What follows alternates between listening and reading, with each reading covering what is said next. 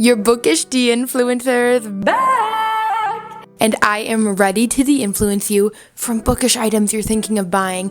And you know what? I told myself I would never give a disclaimer for these videos. I said, Taylor, people are too sensitive. These are just having a little kiki. These are very fun videos. You don't have to give a disclaimer. But I'm tired of getting abused in my comment section. So, quick disclaimer. I am not by any way saying you're a bad person if you choose to buy these or if you don't. I'm just telling you my opinion on them and helping you make informed buying decisions, okay? Okay. I asked you guys what you wanted me to de-influence you from on my broadcast channel on Instagram. We have a little low-buy group chat going in there and I'm loving it. And you guys came through with some good things. So I'm gonna go through it now and de-influence you. Oh, this one is so relatable.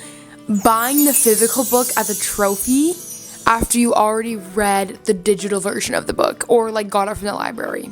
I do this, okay? So I'm coming at you with a very sympathetic point of view. I do this, but I never do it with a new book. I basically consume 90% of my new books that I'm reading from the library. I get them on Libby on my Kobo, or I get the physical version from my library. And then I'm a thrifty girl, okay? One thing about me is that I'm gonna be thrifting. I'm gonna have the cart full. And so I then tell myself that if I don't purchase books and I just read them from the library, I get the pass that whenever I see a secondhand version of a book that I want to own physically, because I want the trophy, because I want to reread it, for any reason, whatever, I can buy it. I can buy it. I'm allowed. And so, I'm coming at you with sympathy, because this is unnecessary. Objectively, you really don't need to buy that book. You already read it. You probably aren't going to read it again. Even if you are going to read it again, you could get it from your library again. But you really don't need to do this, especially, you do not need to buy this new. You do not need to buy this new. Why do you need it right now? I think that's kind of what a lot of these things come down to, is that we feel like we want something, we have to have it right the fuck now, and that's just simply not the case. We can wait a little bit, okay? We can let ourselves think about the purchase, get into our zen, chill, wait for the thrift gods to hand you the book. You do not need to go to Amazon and click beep, beep, beep, beep, check out. No. If I see you on Amazon, I swear to God, I will hurt you. I'm sorry. I totally get doing this. Wait for the thrift store, or you know what? If it's a great book and you really, really, really want to support the author, go buy it from an independent bookstore. I totally get that. But you don't need to do this with every single book. You definitely don't need to buy most books new. You can probably wait to find them secondhand. And in general, you just don't need to do this. I probably own 10% of all the books that I've ever read. And I'm fine with that, Eventually, I'm sure I'll find most of the books that I read secondhand, I hope. Pray for me. But patience is a virtue or whatever. The rotating fucking bookshelves. The amount of times, I'll actually tell you the amount of times, three times I've had this brand reach out to me and say, we'll give you $500 to post a video about a rotating bookshelf. And I'm like, no, I don't want to post about your rotating bookshelf that you have to buy off Amazon or Wayfair. I don't. I'm not interested. Sorry. If you're buying if you don't have any bookshelves and you have a lot of books and you're like, you know what, I want to invest in a bookshelf that I love. And if this is the bookshelf that you love and you're like, this is the bookshelf I want, it's great for space, whatever, baby girl, I'm going to ask you to go buy that. That's an amazing reason and I support this fully. However, if you already have places to store your books, or even when I move into my new home, I'm not sure. I say new home as if I have a home lined up. I probably won't own a home for many years, but one day when I do, I'm not even sure I'll have a big bookshelf. I might just scatter the books around the house, because I just love books being in a bunch of different places. I don't know, might be a hot take, but I don't think you need a bookshelf anyways. But if you're no, I want a bookshelf, I just think there's ones that are better than this rotating one. I think it's probably made very cheaply. I think it's kind of not nice because you can't see all your books, right? A part of it is always turned facing backwards. So you can't see them all. And I don't know, I like the fact that in my home, all my books are you can see them all. So that when someone comes over, they're oh, I've read that. And I don't know. I just like that it's a conversation starter. I like being able to see all the spines of the books. But if you want to buy one singular bookshelf and this is the one that you've fallen in love with, okay, sure. It's not my personal taste. I think it's ugly. are not ugly. It's just not my taste. But if it's your taste, great. But if you already have a bookshelf, girl, be so fucking for real. Why do you want this one? Why? It's not as nice as yours, probably. Because yours is free.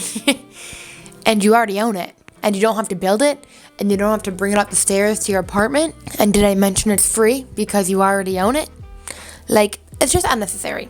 If you already have bookshelves, if you already have places to store your books, why do you need this one that spins? Just put your bookshelf up and then walk around it in circles and it's like the same thing. Just life hack. I have actually never heard of this next item, but it's a reading bone pillow.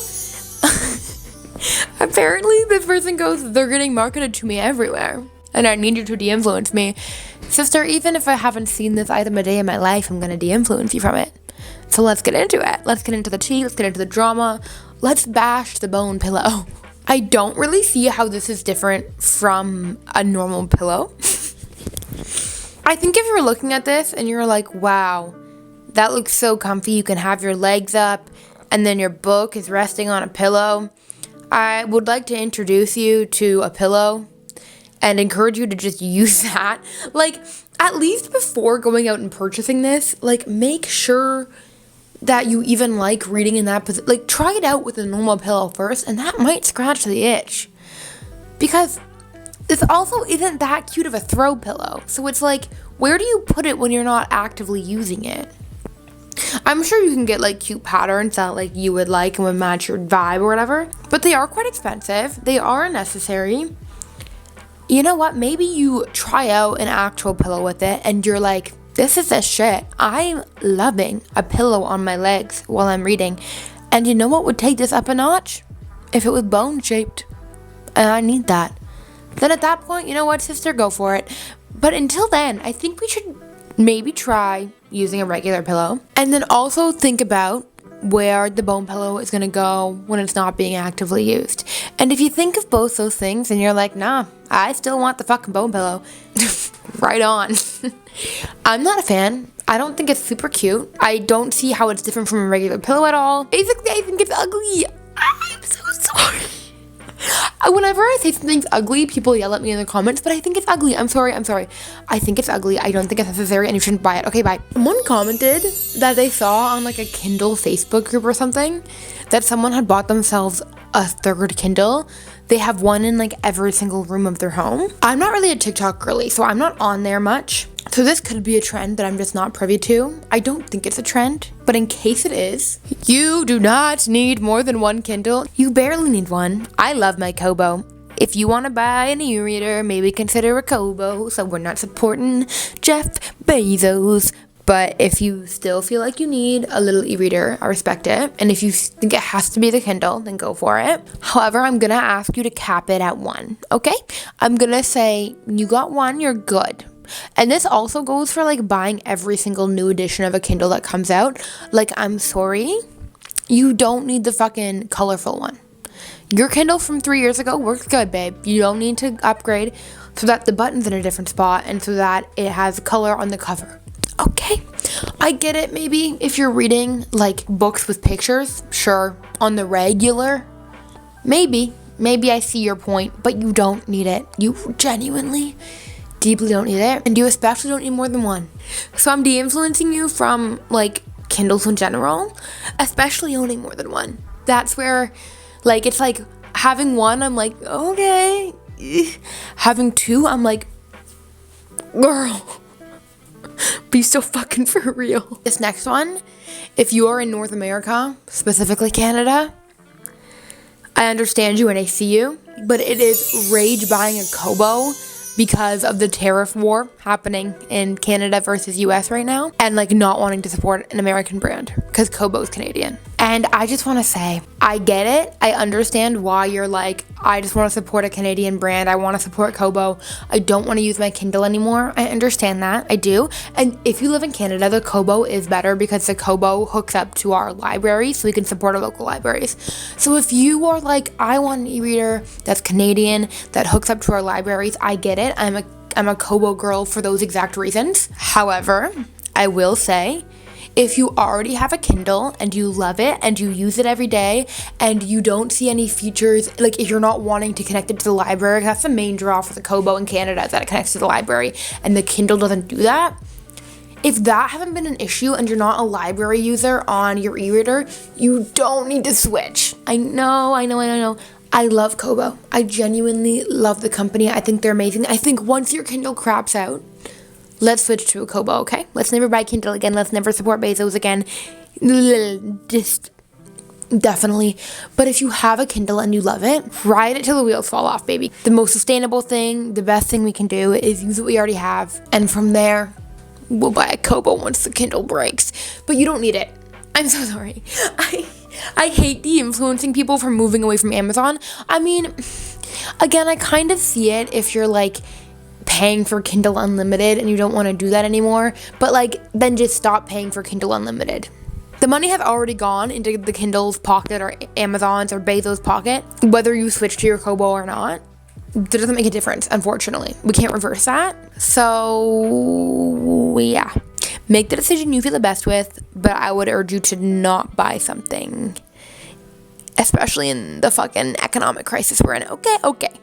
Last but not least, any of those candles that are like, it smells like fresh books, it smells like a bookstore, it's the scent of caffeine in the library. Girl, tell me you don't already have a candle at home from Bath & Body Works from 2012 that you haven't used. Tell me you don't. If you tell me you have not a single candle in your home that you haven't used, then you know what? Go and buy that candle. You earned that candle. But I'm telling you right now, and I don't know you, but I know you. And I know you have a candle you've already used. I love those little things. I see them at markets all the time, like the little candles, and I think those are great. And I think you should totally support those small businesses, but use what you have first, okay? You already have 600 candles. Maybe burn them. Maybe burn them first before we go add to the collection. When we have so many items, like when we have like a more real, not 600, but like 10 candles, for example, we don't really appreciate them, right? Like it's kind of like, meh, whatever. I have so many candles. It's like a collection of candles. You don't really know which one's which.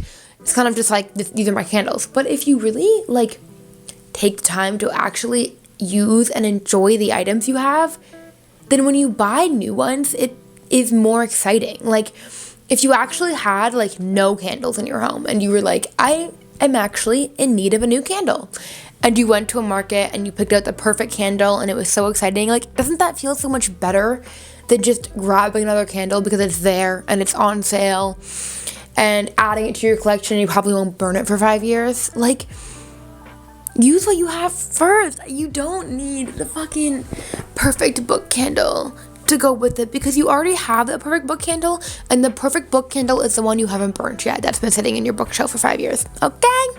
You don't need it. Okay, that's all my de-influencing I have for you today. I feel like I was nicer in this video. Let me know what you think. Maybe you're like, bitch, you were so fucking mean. What do you mean you were nicer in this video? I don't know. I feel like I've been meaner in the past. I feel like people aren't gonna yell at me in the comments. Maybe they will. I love when people yell at me in the comments though.